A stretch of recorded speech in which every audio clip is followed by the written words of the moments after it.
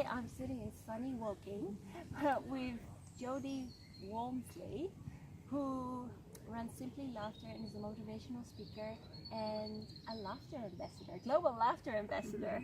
And next to me is Rowee, and she is a laughter yoga teacher, correct? That's right, yes. Now, I must admit, I never heard of just laughter yoga. So, what is laughter yoga? You know, and what are the benefits? Okay, well, laughter yoga, people often are intrigued by the yoga part, but actually what it is unconditional laughter mixed with pranayamic breathing. Okay, it's usually done in a group, and with the eye contact, you know, that we started with simulated laughter, but that very soon changes to real laughter. So that's what laughter yoga is. The benefits, oh my gosh, there's so many. It got me through a depression, so it's very good. The fastest way to change your mood. Rowee had an interesting story. Yes, I was working for British Airways actually. High-powered job in customer services, really very, very busy frontline staff. Then I broke my shoulder, and but I had time to, which I didn't have time before, just to investigate some bleeding I had, and I discovered I had cancer. So I went down through the normal route, with chemo and radiotherapy, but my mood was changing. It was, you know, I became very angry about everything. And then I saw the film Patch Adams, which was really changed my life because it was about bringing laughter back into your life. That's Robin Williams, isn't it? That's right. And he's the actor in the film. Although I have actually met Patch Adams last year. So, really? Yeah, fantastic. It is our mission here to rigorously and ruthlessly train the humanity out of you and make you into something better. We're gonna make doctors out of you. Well, I just believe there's more to being a doctor than memorizing facts about the ventricular arteries. I don't care what you think. I care about my biology test. We're not even going to see a patient until the 3rd year. If you want to become a doctor, we have to learn to treat the patient as well as the disease. That's why we have to dive into people. You have a brilliant mind, and like many brilliant people, you don't necessarily think the rules apply to you.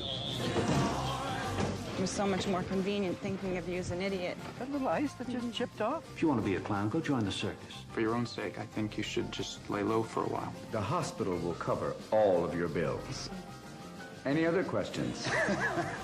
Patients are opening up to me, Corinne. They're sharing their dreams, their fantasies. They don't concentrate on the pain. I'm warning you, stay out of this hospital. What if a doctor becomes emotionally involved with a patient? What is wrong with that? Patients don't need a friend, they need a doctor. My name is Dr. Phil. I'll be your surgeon. Oh, there you are. You are dismissed. Sir.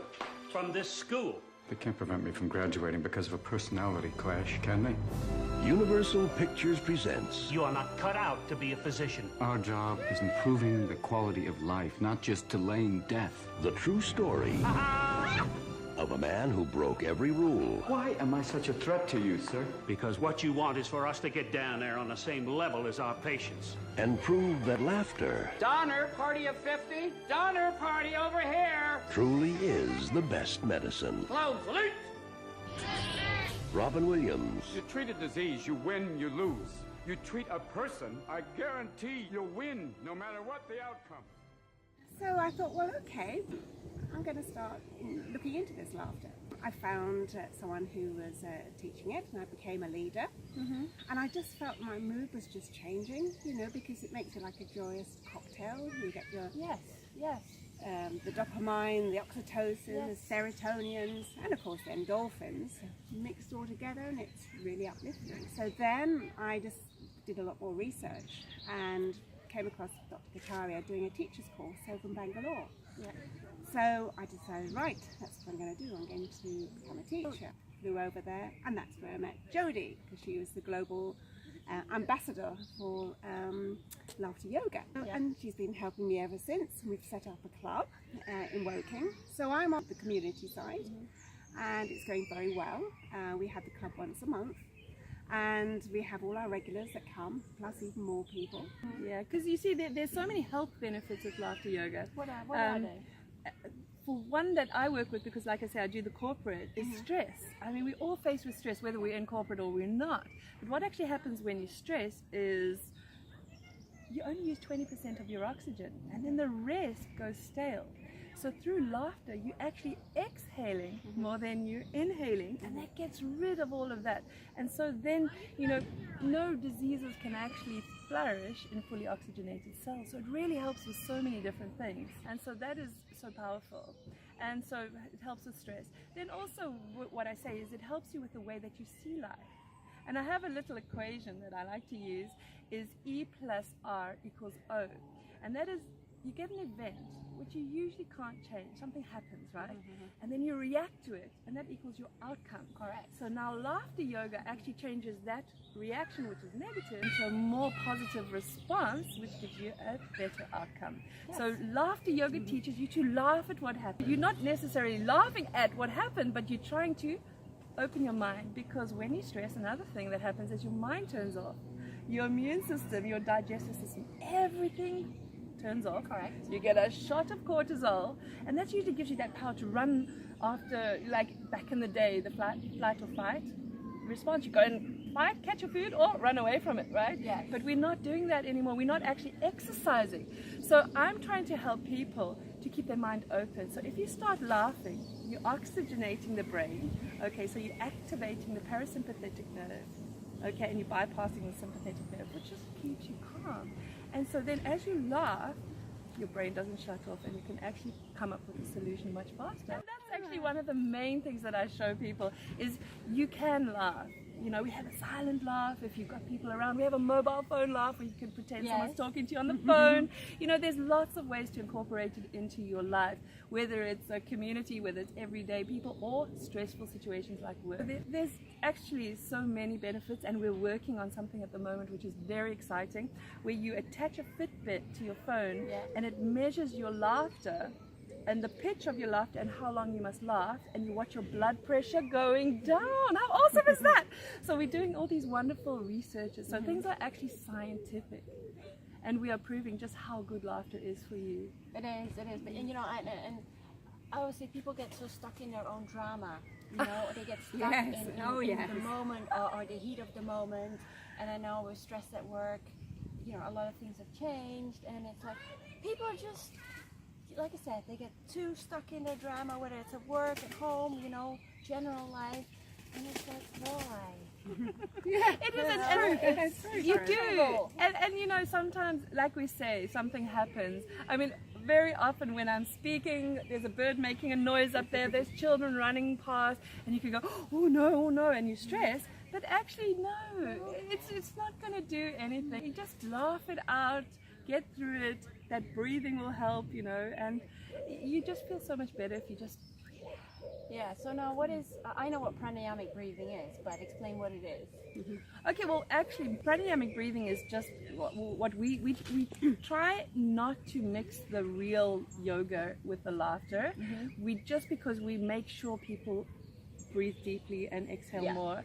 So basically it's just so healing, and to let go of everything and all the things, breathe it out, you know, and like we say, those stresses. And we also do, Rowee and I do happiness programs as well, where you actually go through, for example, something that's happened to you and maybe you haven't let it go yet, and you think about that and then you laugh it out. So there's so many wonderful practices out there, but one thing I like to do is to add all different practices together and then laugh with it, because actually by the critical filter, you've got that whole subconscious thing going on, that you know, all those things that have been going on in your life that are making you make the decisions, have the thoughts that you know, you don't know where it comes from.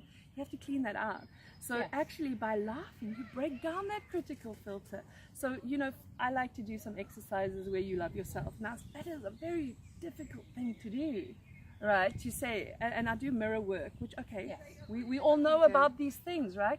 But now what I find works for me, because I've got the negative monkey coming up here telling me all the naughtiness, you know, but through laughing, you can't have a negative thought and laugh. So you look at a mirror. One of the exercises that I do that's so powerful is you look at yourself and go, I love you. But now that's hard. So you go, I love you, Jod-dee, or I love you, so-and-so, or I'm so beautiful, yeah, I love you so much.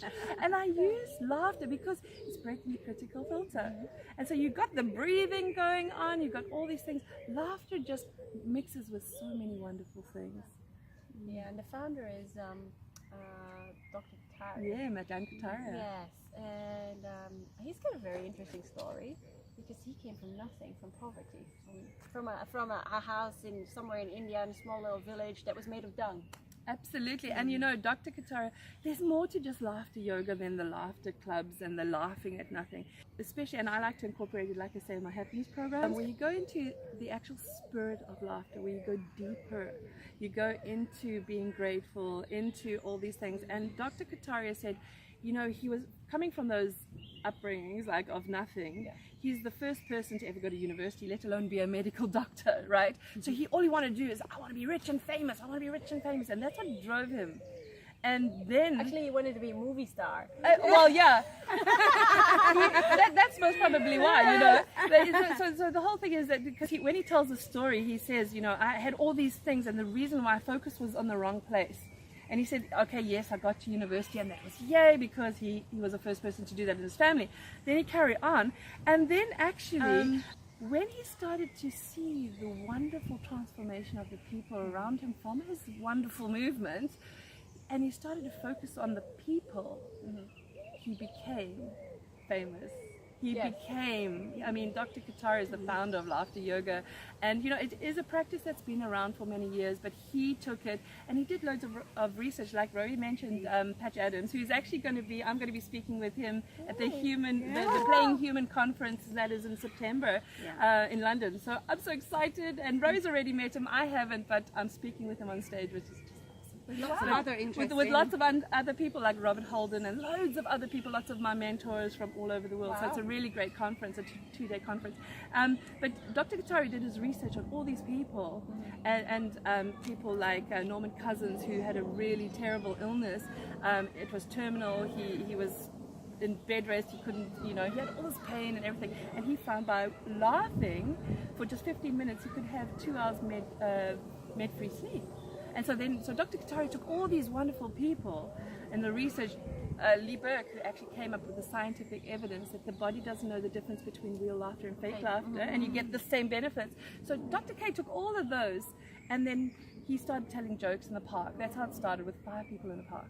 And then they started that, and then they felt great, and they grew. But then when they got to 55 people, something happened, and actually the jokes were a little bit racist, a little bit sexist. And then that's when Dr. K said, hang on, let's laugh for no reason based on that scientific evidence. And then that's where Laughter Yoga was born, and he started laughing at life. So now, through doing all of that, Dr. Kataria started this movement from 5 people in a park that now has thousands of clubs all over the world in over 105 countries. And it's just amazing. And so he got now what he was looking for. So isn't that amazing? Instead of fighting for the money and going like, oh my God, I need to do this, when he stepped back and got into how much good he was doing and the lives he was changing, it's just awesome. I mean, he's changed my life. So how did you get into it? How did you get into motivational speaking? How did you, find out about laughter yoga? Well, it's funny because it didn't start with laughter yoga for me. It started about 20 years ago, and I was very lucky. I was a professional performer, I was a dancer, and I'd reached my goal at a very young age. I was about 20 something, and you can do the math. And I was living the life. I was traveling around the world. I was making lots of money. I was meeting amazing people, and bam, it was gone. I got injured. Wow. And I don't know about you, but when you get a situation when you suddenly hadn't made a backup plan, you didn't have, I hadn't saved any money. I mean, I just started working, you know, and I found myself in a really, really dark place. And I did what any depressed person would do, and I went to the movies. It's funny that movies changed Rowe's life, and it changed my life. And my movie that I watched was Amadeus, which is about Mozart. Oh yeah, Have you seen it? You're too young. No. I remember the movie. And so like Mozart is a genius, right? And just the way that he communicated, people didn't really get him because he's such a genius, so he just laughed.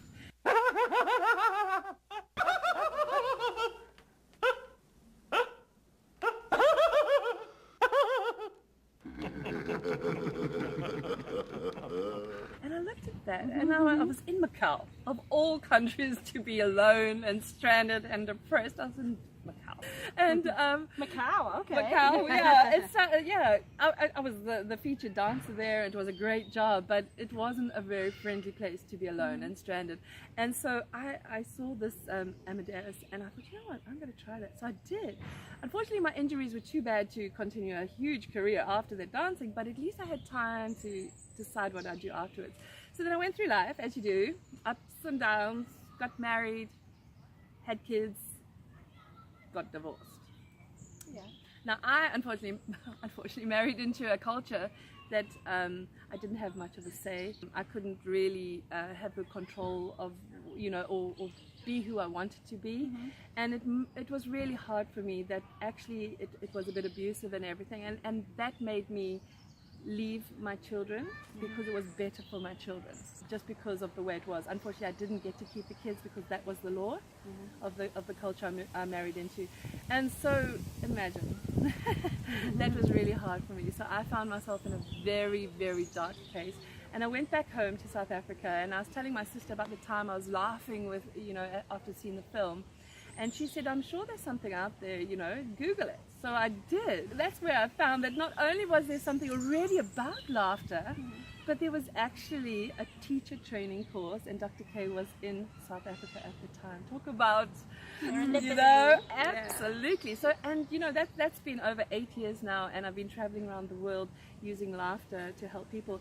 But the biggest transformation in my life is taking a toxic relationship that I had with my ex, and that pain of not seeing my kids, and because I only get to see them every 3 months and only for a week. So that's been hard. It's been over 10 years.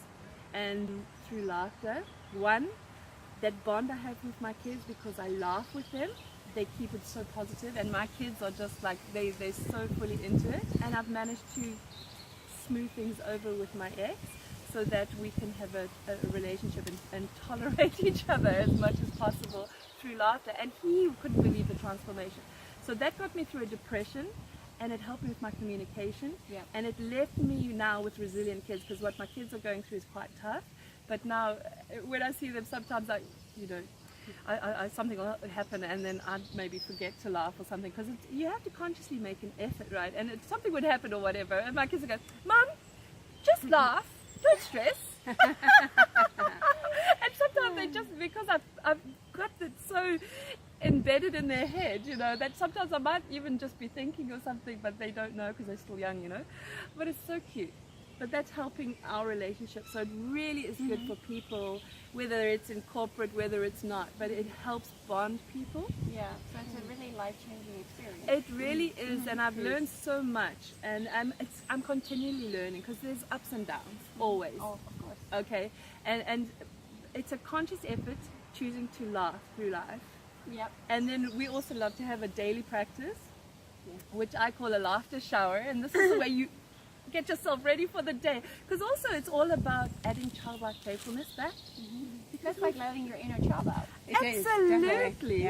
Yeah, because it's so often that we forget, because when we're a baby, you see, look at a baby, it giggles, it claws, it doesn't have any comprehension of language, right? No, it doesn't. So it's laughing for no reason. So Dr. Kataria is really onto something, and he's bringing back everything that we've been educated out of. Because we see a baby, it'll chase ants and giggle.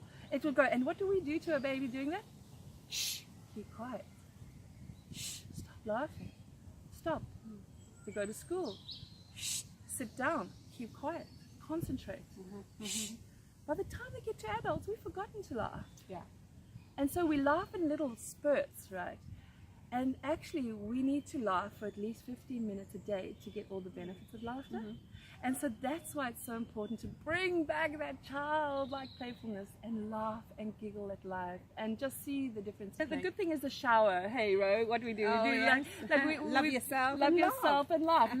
Love yourself for the little bit of weight you might have, with the injuries that you might have, because it's a painkiller as well. So laugh and love and accept yourself completely.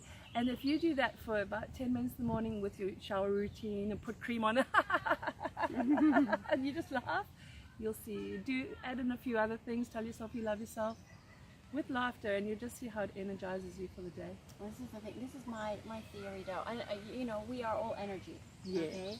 So of course, laughter, that's energy, and that changes. And I did this comparison with when I was talking to Guy. When you're under the shower, you know, it steams up. You waft your hand through it, and it moves because that's energy. When people do not feel comfortable in their own skin, because you have your body, this is your vessel, and your soul, your spirit, and you're not happy with yourself, then you know, this, I call it dis-ease within the body. Absolutely. Any type of dis-ease Absolutely. can pop up, and it's just a matter of changing, you know, changing the way you're thinking, changing the way you're doing things. Exactly. Yeah. Absolutely. I often say it when I'm saying my talk, and I talk about no disease can grow in fully oxygenated cells because of that. And absolutely, because it all comes from inside out. Yes.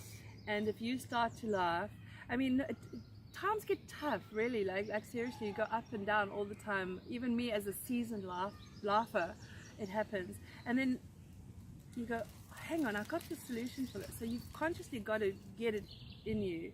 You know, I laugh a lot more in tense situations all the time, and you do have to make that daily commitment to yourself. You owe it to yourself to love yourself, and that's it. And once you get that all out, then you just see how your day just unfolds. You know, you start on a positive note, and then it just does amazing things. And you talk about energy, because that's what I love to do. You asked about being a motivational speaker. I was a performer, loved being on stage. That is my happy place. I'm so grateful that I now have something that I can not only be back on stage and doing my thing, but I'm adding all this energy to people and helping them release their energy, at the same time as teaching them how to incorporate it into their lives. It's just, I'm just over the moon with having that opportunity. Yeah. You spoke in front of about 300 people at a cancer convention or a cancer support group. Yeah. Yeah, it was a really interesting experience for me, because like I'm very explosive with my character, and I'm very, you know, I go and I speak to everyone and I network and I bounce around. It's who I am and what I love to do. Yeah. And this particular day, I mean, I had my posters everywhere that I was the guest speaker and everything. And when I arrived, the people were there, and I couldn't enter the room to network with them because there was just so much pain, because I'm very sensitive to people. And so I felt that pain. So I said to the organizer, do you mind if I don't network now? I would like to just wait in the room. So I did. And then the people came in, and I did my talk. And it was an hour, which is my favorite timing, because it gives me time to go into stories, to give them the science and everything, and then to do the class. And oh my gosh, the difference in the room by the time I'd finished. This is where I love what I do, where you see how you change people. That pain that I felt in the beginning had just lifted. People had a cathartic experience, had cried, and they all came and like hugged me. Like, it was unbelievable, the feeling, like, thank you so much. And the messages I got afterwards, but just the change in the people. And then I got emails like, thank you so much, you helped me with my kids, because I gave some examples of what I did with my kids, and they said, you know, with all this pain that we carry, we've been a bit off with our kids. And it was just, you know, that is why I do what I do, is to touch lives and to make sure there is a way out of all that pain. And giving people the tools. It is, and they were just there, and I just for that hour I gave them that space to just let go. And the difference was amazing. And then sometimes you can take back the exercises to your children, and you get them all joining in as well, so you can share the experience. And do they like it? Oh yes. Oh, they love it, you know, and because double. because we do brain gyms and things, and you know, in a corporate setting, one is people are too busy. They come home, the kids are shouting, wife is shouting, husband's shouting because they're not seeing you. If you just go there and have a good laugh with them for a few minutes, you give them their space, you give them your time, you'll just see the relationship is great. An experience of my own with mine, where normally my normal reaction would be, ah! My son, we had a party, and he was running across something, and he kicked the watermelon and it smashed the wall. Yeah, and there were 50 people, and like I was in Iran at the time, which is where they live. Before Jod-dee, before laughter, would have gone, Enrico, what have you done? No, and embarrassed myself, embarrassed him, embarrassed everybody there. But my response was, Enrico, and he went, Mom, I'm so sorry. And he went and he cleaned it up. He did? He did. Yeah.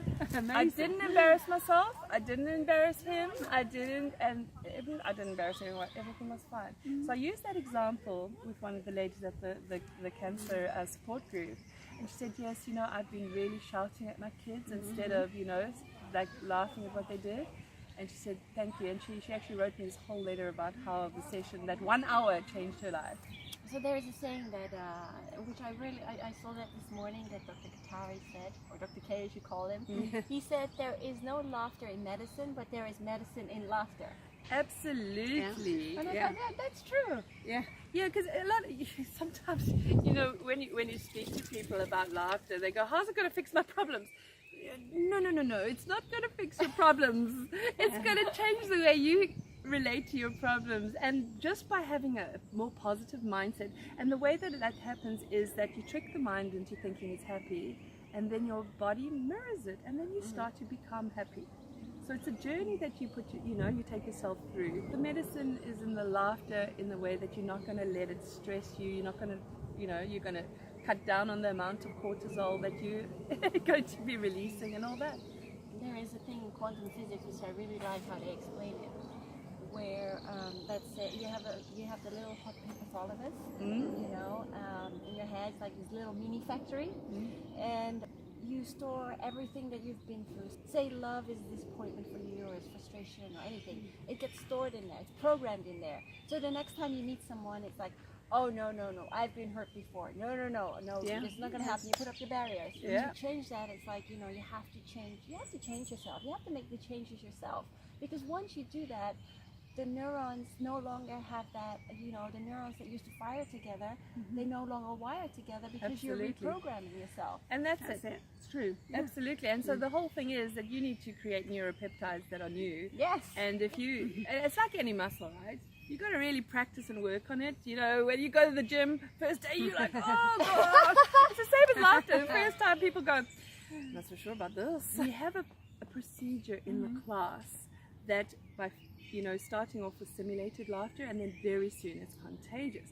So if you start adding that, then every time you're activating it and strengthening the neuropeptide until it fires with something else, and then it becomes a habit. Yes, it does. So you've got to add it, and I always encourage people to do a 40-day laughter practice for 10 to 15 minutes every day. And luckily I've got videos online, and I say, find me online and laugh. There's loads of clubs, laughter Skype sessions.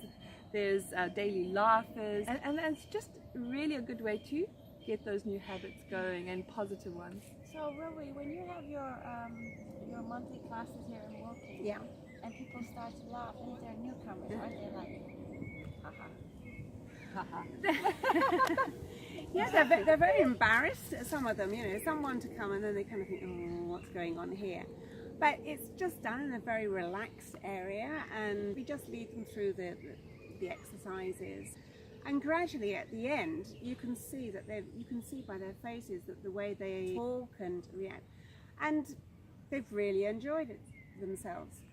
I think sometimes it's the British, I'm a very British person myself, however, you know, it's a bit... heard it from Rowee. Yes. But sometimes you don't let go.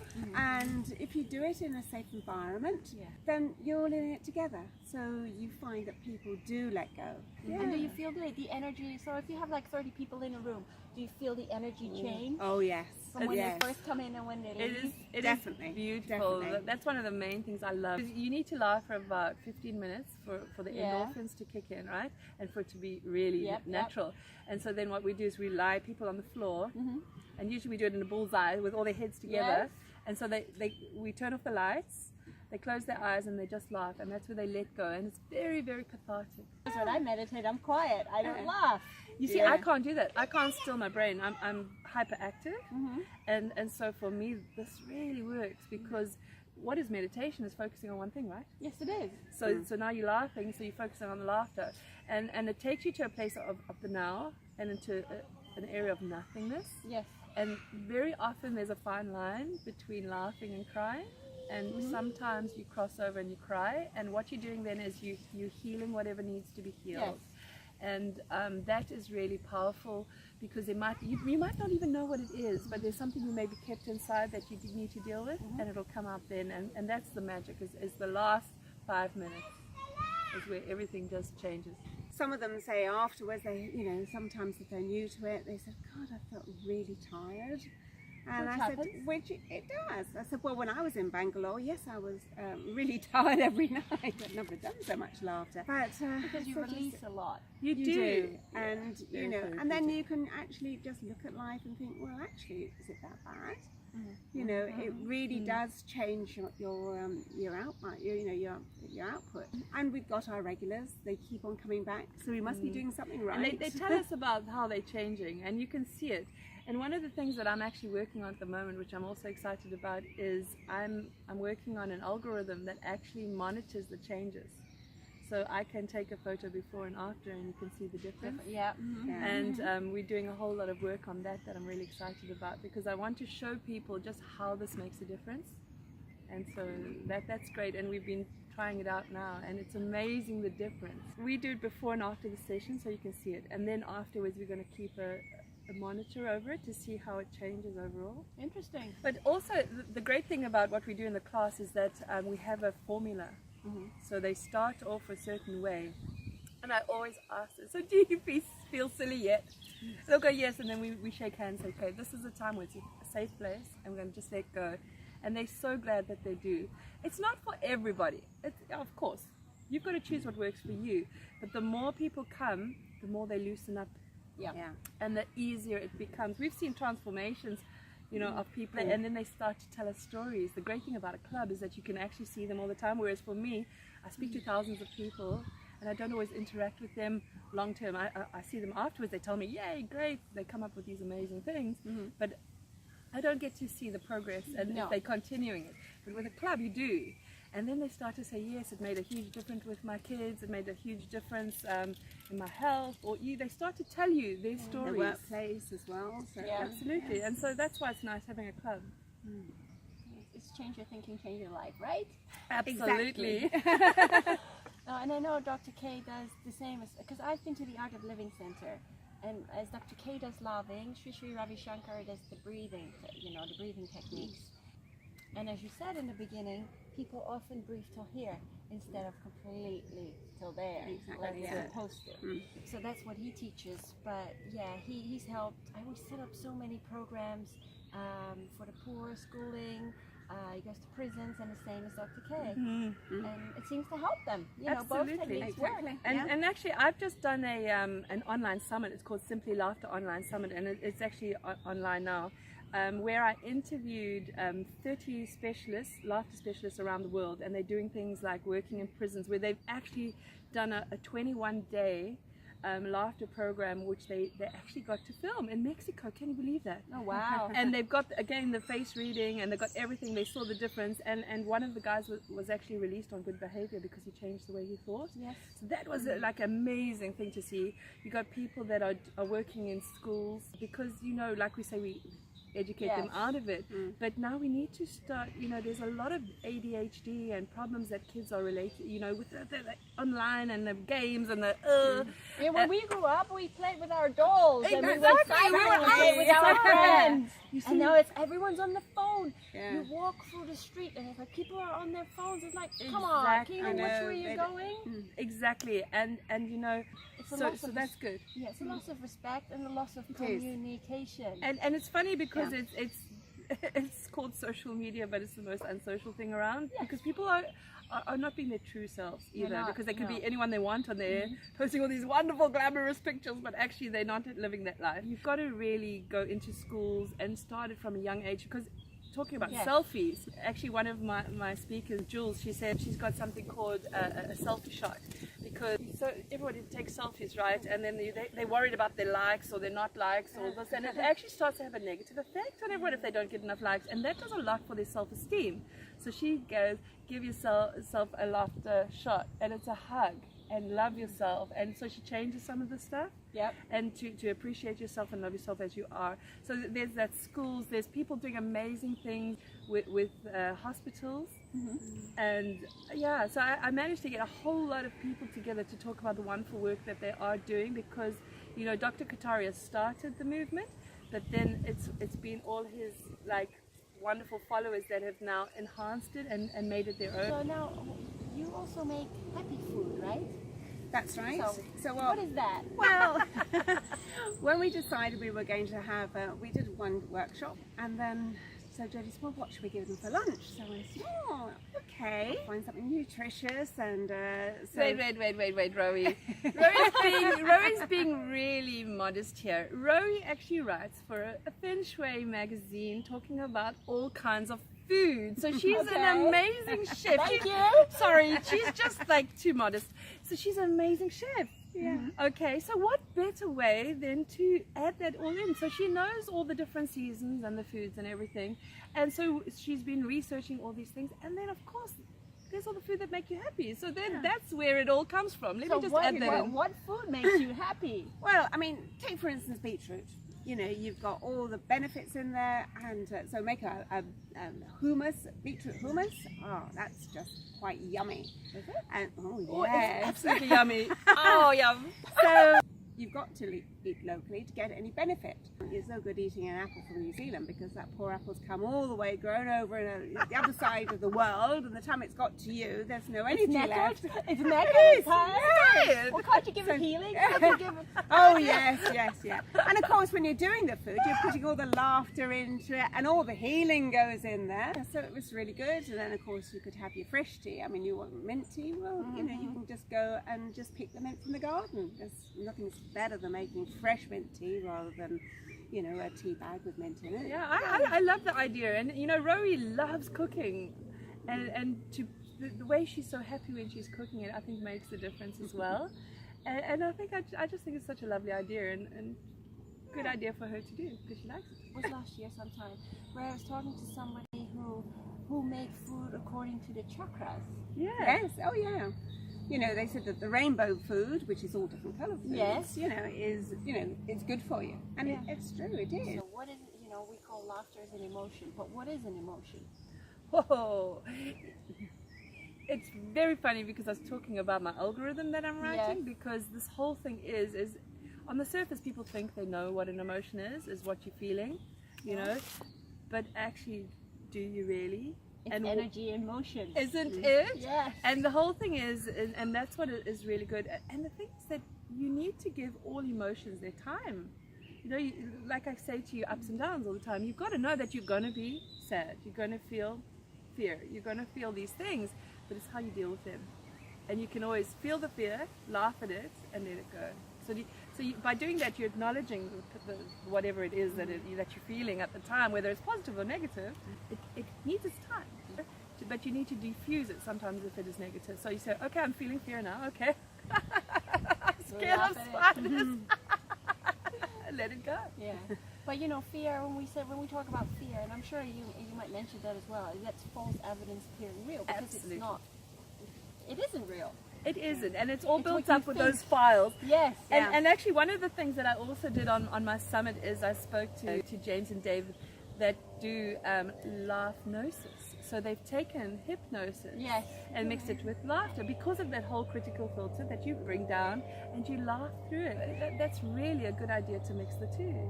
It's like what Guy does. We could call it pyranosis because he works at the pyramids and he does Exactly. hypnosis. There you Yes, go. exactly. So you guys have any last words of advice? Why laughter? Why? Why laughter? Laughter it's something natural that you've got inside you. There's times, like we say, where your mind turns off. What do you usually do? Sometimes you laugh. Have you ever been in a situation where you forget a name and what you do? You laugh. You laugh. Yeah. You know? So you've already got it in you. You need to just let it out more. And the more you start doing something, the more it becomes a habit. Yes. And the more it's going to help you in your life. So I just say, hey, live life laughingly. Yeah. And I for totally people, agree. Yeah. So really, for people struggling, it's that are even depressed, because it helps spiritually, emotionally, physically. It helps with everything, really, doesn't it? It helps on all fields, and it's actually, laughter is serious business, and people should take it more seriously because it has so many healing benefits. We're made perfect. Just use what you've already got and just start. You know, they always say, like, maybe you wanted to buy a certain car and you thought, oh, it's an unusual car, but as soon as you buy it, you drive out, you see 10 of them. Why? Because you focused on it. So now if you start looking for places to add laughter, you'll start to see that actually, hey, laughing is not so bad and it's all around you. Have you ever seen you smile at someone will smile back? Yes. Yeah. And so if you start to laugh, add a little bit of laughter and hopefully it's contagious. There's lots of ways, you know, to help you. For those who say, oh, I can't just laugh for no reason, which is a lot of the responses we get from reactions that we get from people.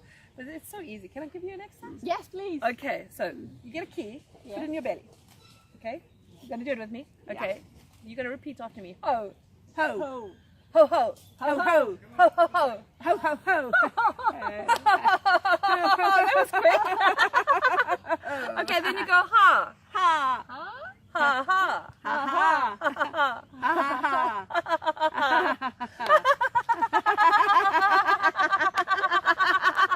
Okay, I get it. And then he.